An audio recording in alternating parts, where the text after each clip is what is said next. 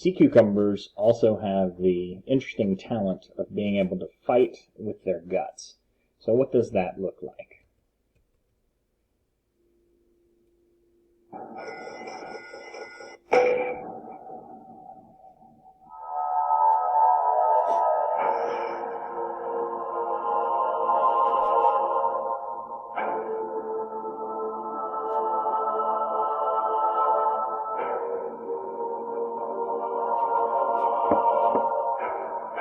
These animals may look like boring lumps, but sea cucumbers have all sorts of surprises.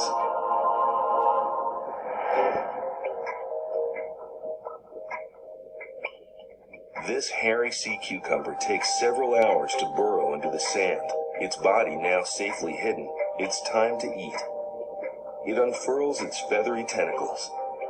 Any microscopic morsel it finds gets pulled down into its mouth. A miniature forest of cukes filter the water clean of organic debris. But at the first sign of trouble, the forest vanishes to feed another time. It knows no fear, possibly because it has no brain. Instead, a nerve ring around its mouth tells it when to move, when to fight, and when to eat.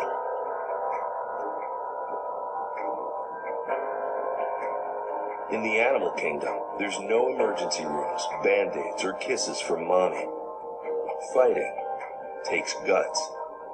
For this cuke, that's no metaphor. A fish nips at its backside, the wrong side.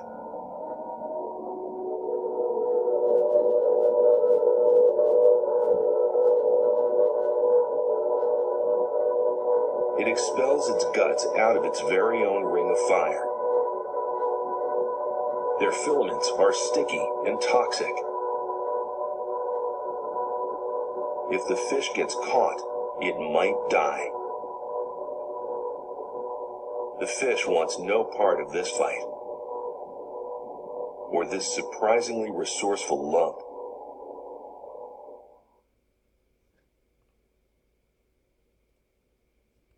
So, fighting with their guts, kind of weird.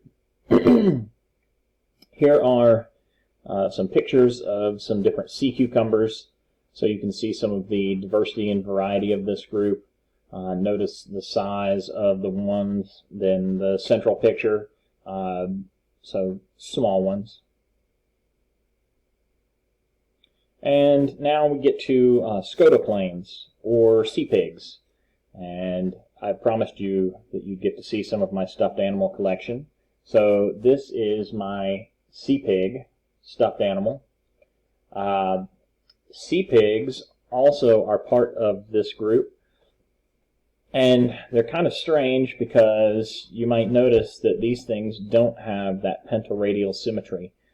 They're actually bilateral, so you can kind of see both hints of the structure of the other echinoderms, and you can also see that it does have some bilateral symmetry.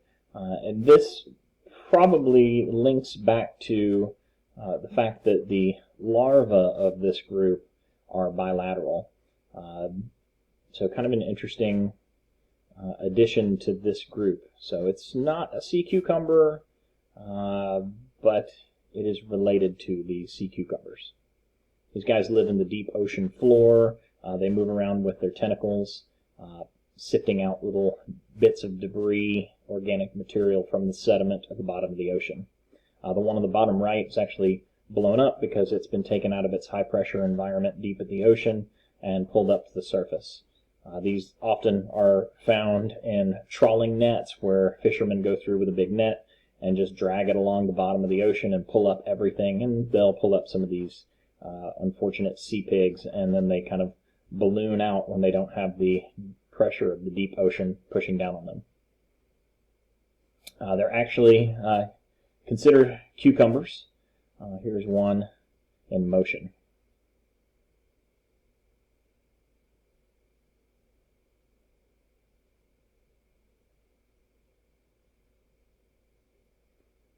So what you're seeing moving along the bottom are tube feet.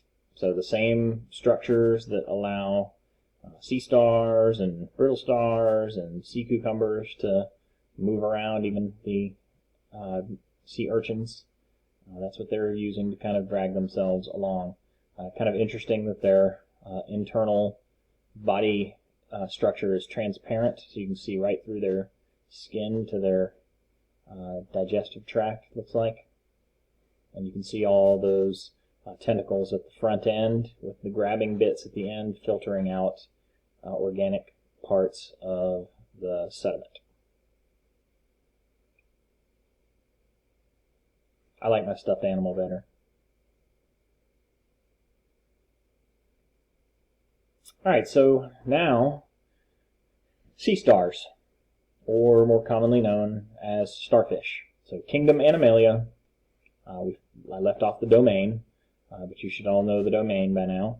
Phylum Echinodermata, and class Asteroidea. You probably recognize that from the astronomical object, the asteroid, which means little star, and this class name literally means little star. Starfish are more formally called sea stars. Most starfish have 5 rays connected to a central body. So you can see the arms in the picture at the bottom extended out from the central body. That central body is called the disc. So this is looking at a sea star, turning it upside down. So we're now looking on the oral side, and the oral side is usually on the substrate or the ocean floor. And on each ray or arm, you have a groove, and inside that groove you have all of those little tube feet. So the groove is highlighted with a yellow arrow. You can see with the red arrow all of the spines that are sticking out. Remember, spiny skin for echinoderms that offer protection, prevent things from moving up and attacking them. And then in between there's kind of that bluish white arrow that is pointing at the tube feet, and then the picture to the bottom right is a magnification of the tube feet.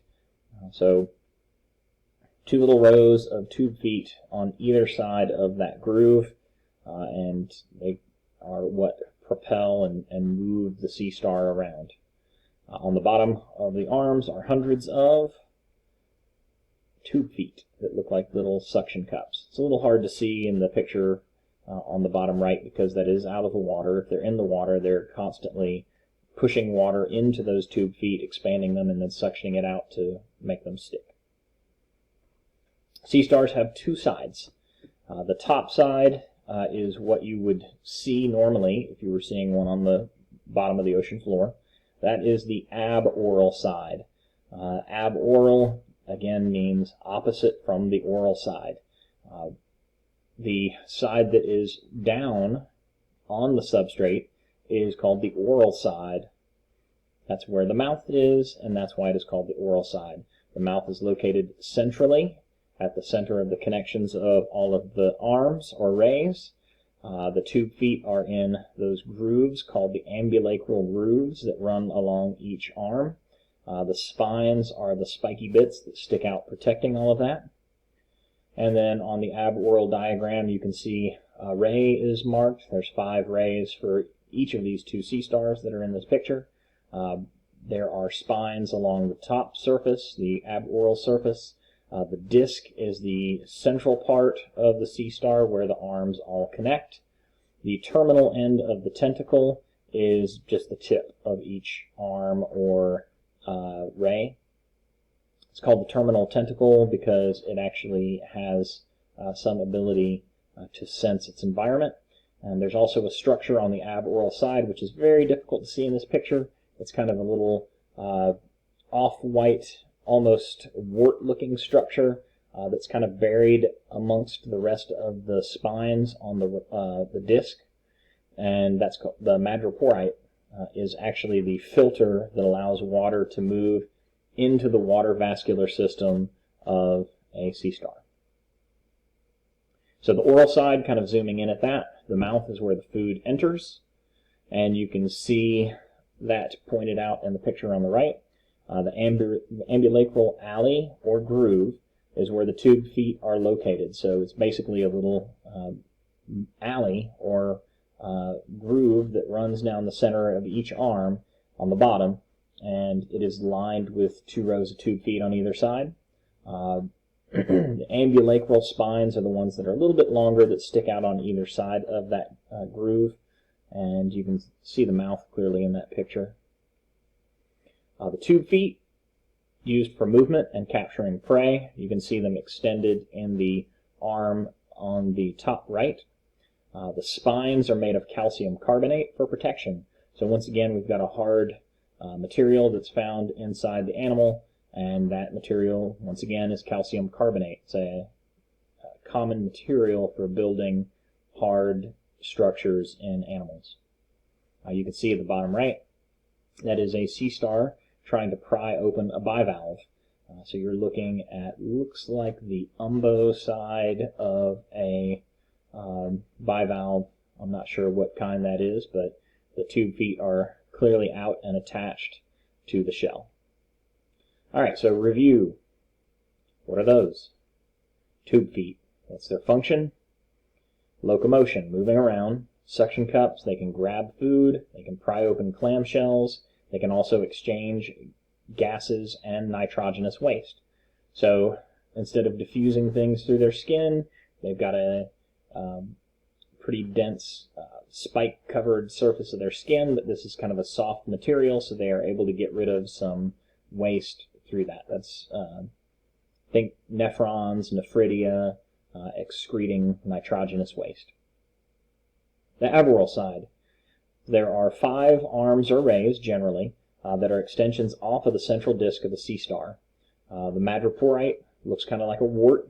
It allows water to enter the water vascular system. It's actually a filter. If you look at the blow-up of the madreporite on the right, it almost looks like it's got fingerprint texture on it. Those are actually little micro holes that will allow water, just water, to go through. It filters everything out, so water can make its way into the water vascular system. The madreporite located on the aboral surface of a sea star. The spines made of calcium carbonate for protection. They have more spines on the aboral side. The disc is the central portion of the sea star. So if you ever see one that has its arm pulled off, some of your dissection specimens may have an arm missing. They will generally sever right at the disc, and so you'll see where the disc begins and the arm ends, because the arms can break off at that point. This is the sunflower sea star. The sunflower starfish is definitely an exception to that 5-arm pentaradial body symmetry. They eat crabs, they eat sea cucumbers, snails, sea urchins, and other sea stars. So they are kind of the big predator of the Echinoderm family.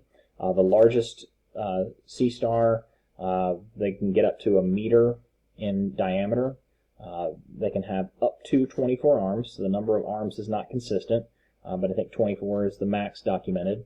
They live in the waters from Alaska down to San Diego, so on the west coast of North America.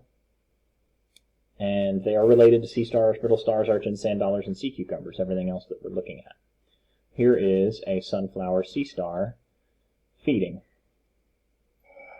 And this sea star is kind of attached right now to its prey, and if you can see, there is a shell that's been pried open, and it has already pulled the soft center of this bivalve out and fed on it, but the tube feet are still stuck to the shell. So rather than just rip it off, which could potentially damage those tube feet, this fellow is trying to prise it loose without damaging the sea star. But you can see how well it holds on, as he is just holding on to the shell, and this thing will not let go. They can get a lot of suction to hold on to their prey.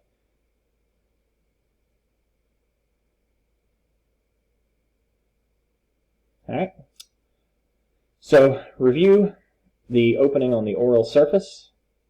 That is the mouth. This sea star is showing you at the bottom, it's showing you its aboral surface. And that covers most of starfish, sea stars, and